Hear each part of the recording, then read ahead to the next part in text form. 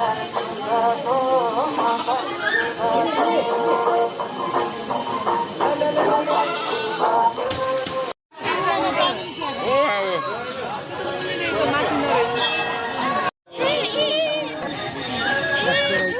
खोइ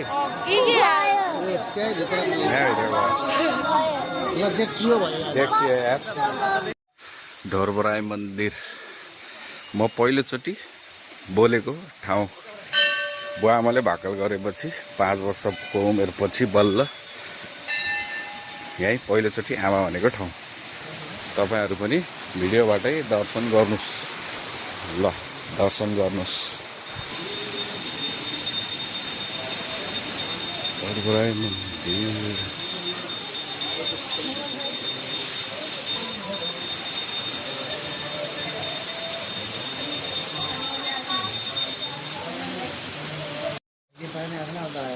पानी बढ्यो ए यताबाट पानी आयो हैन हो यहाँबाट आयो भर्खरै आएको थिएन पानी ठुलो वाला अब बाम माछा नै आउँछ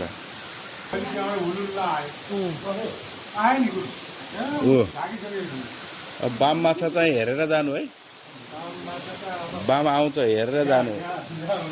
देवीको रूपै हो